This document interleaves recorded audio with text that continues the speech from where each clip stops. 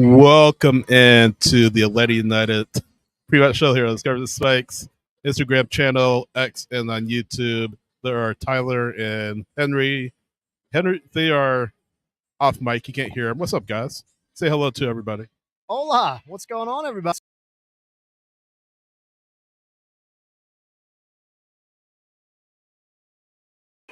My mic got muted. Hold on. My mic. Tommy's coming in pretty hot. Bear with me. Look at this. We're all going Olive Garden, baby. We're going Olive Garden. All you can eat breadsticks. We won. My mic stopped working. No, I can hear you. I'm on my I don't have my good mic. Okay, never mind. We're gonna roll with this.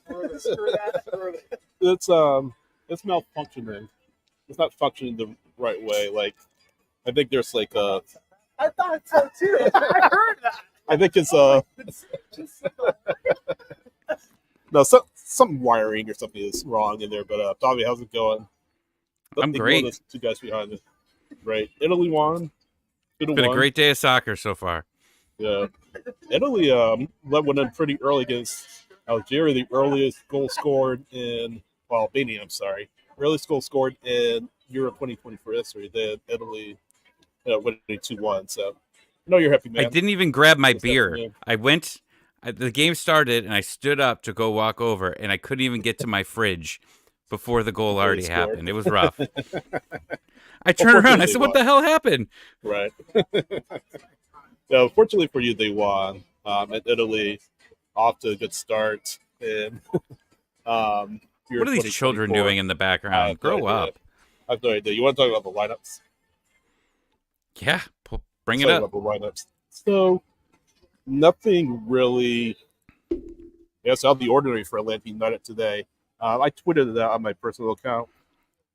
I thought that Montiel would start up top for Atlanta United, but Danny Rios getting the start.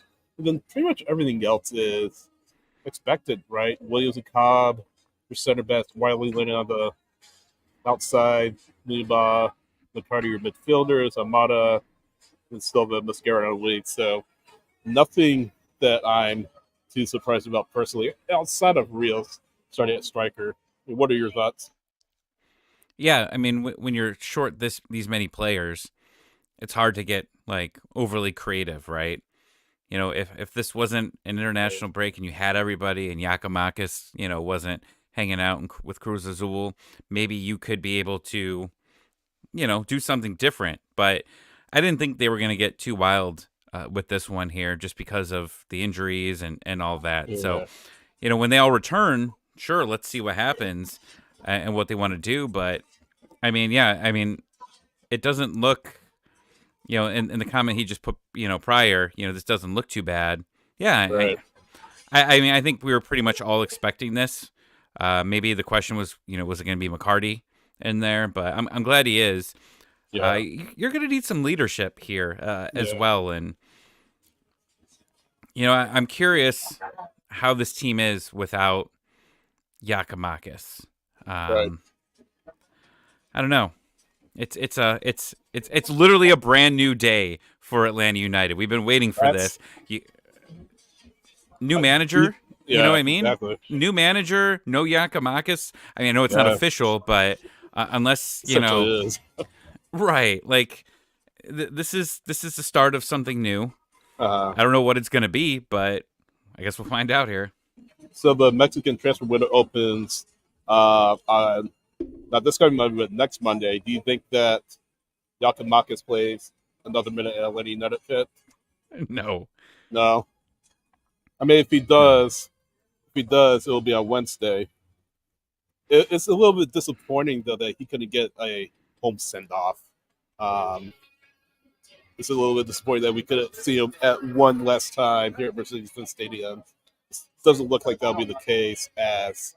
But he's in Mexico, presumably to dot the i's, cross the t's, and we're assuming that he'll officially get introduced, if not tomorrow, then Monday, certainly, by either Cruz Azul or Atlanta United. So I'm disappointed that he won't get one less send-off. I'd assume that, we've seen the last of him unfortunately. But it is what it is at this point in time, and it's business. He made a decision, Atlanta United made a decision that's for the best. For the best for both parties. I feel like Giacomakis gets the move that he wanted. Unfortunately, he couldn't get a contract extension at Atlanta United. I feel like Atlanta were a little bit spooked by his injury history, so that discouraged them from making that contract or coming to the agreement for a contract extension. Cruz Azul came coming saying, "Hey, we'll get you, was it $10 million, $8 million for him?" And Atlanta United took it. So you can't fault either side for making this decision. We wish him all the best. Certainly, he has some good moments in the Atlanta United uniform, but you wonder if he had stayed healthy, what would have become of him? How much more success would he have had? So I'm sure we'll talk about it in depth when the official announcement comes out, but it does look like, by all accounts, we will not see Giacomakis in an Atlanta United uniform again. Yeah, and I would add to it, like, also if the team was good. Like that's another big part of it. Like if this team wasn't, at the close to the bottom of the table, maybe they it's harder to make that decision. But as of right now, you're not doing very well. Like you said, he's injured. The money's available. I mean, we'll see what happens here. I mean, that's also with Almada as well. I think we're officially on Almada watch here. Is this the first official? Is this officially the rebuild that we've kind of? I mean, we've been waiting for Almada to leave here for a while, but like at this point, do you take a number? I mean, as long as it's close to the number you're looking for at this point, as opposed to this team was in third or fourth on the table, maybe you're holding on to them until you get that exact amount. Well, now you are you're not doing well, and someone's offering you money, and you're going to be able to kind of start the reboot here. Maybe you do it. But I just wanted to add real quick, because someone put this in the chat. I was going back and listening to you guys. Like, this isn't going to be, I don't think, at least, that this has to be a 2 or 3 rebuild, a 2 or 3 year rebuild. Yeah. Like, guys, the Crew were able to really ramp up, going from real bad to real good extremely quick. Cincinnati, another team that went from real bad to good pretty quickly. Like, you got to get the right coach. You got to get the right DPs in here. You have a potential to bring in 3 DPs in the next 365 days. I think that this team's going to be fine going forward. Just we got to see what happens for the rest of the year. Yeah, I'll say this about Almada, too. After reports that Atlanta came out with $25 million and Botafogo said no.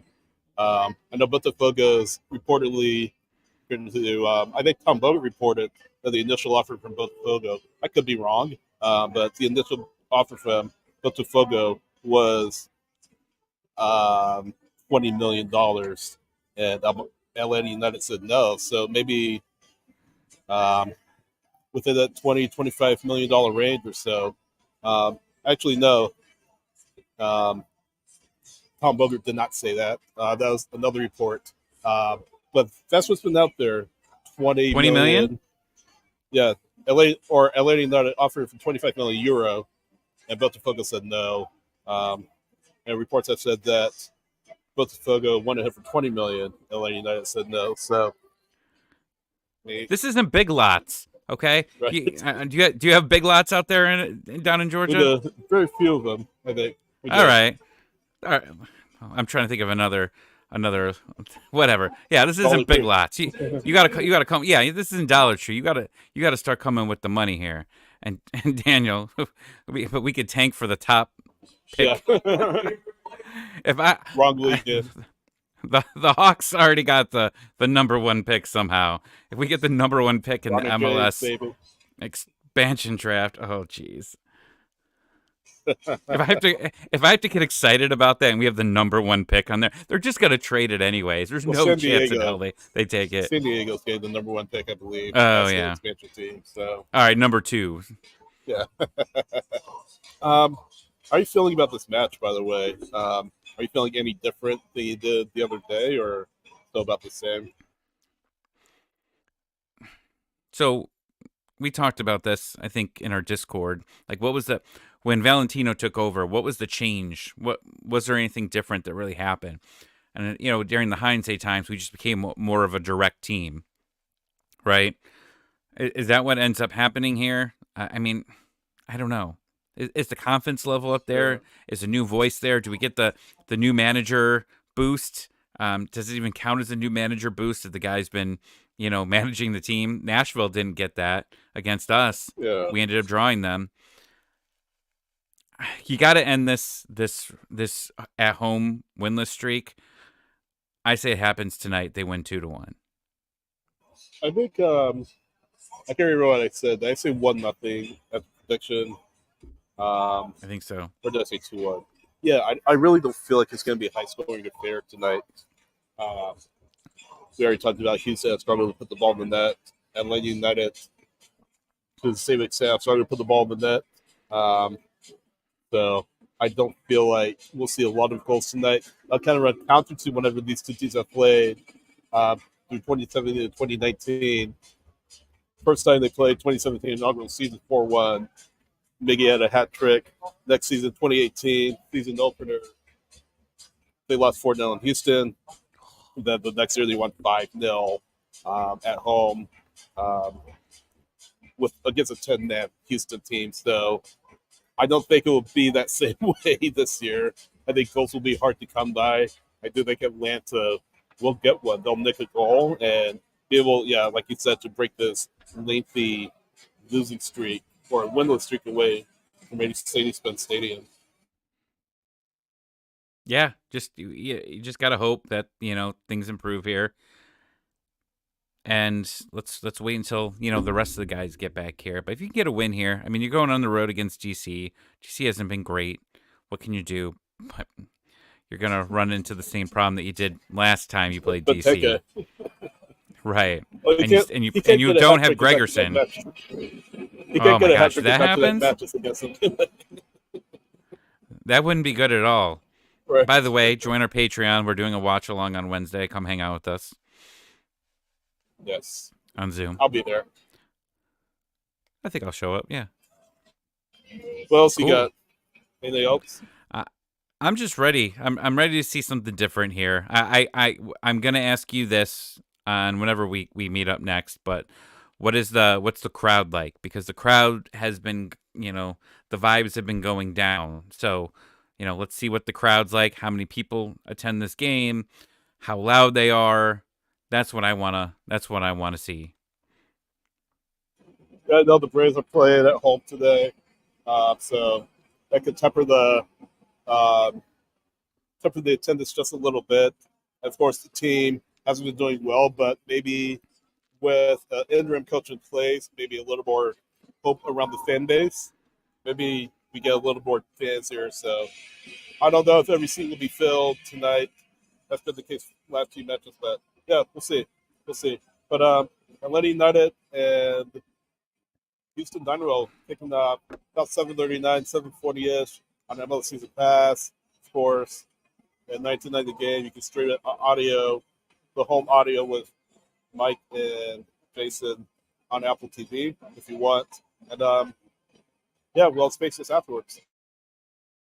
It'll be delayed a little bit because I think when you guys have to start it tonight, I'm celebrating the wife's birthday, so we're hitting the town. Happy birthday, Tina.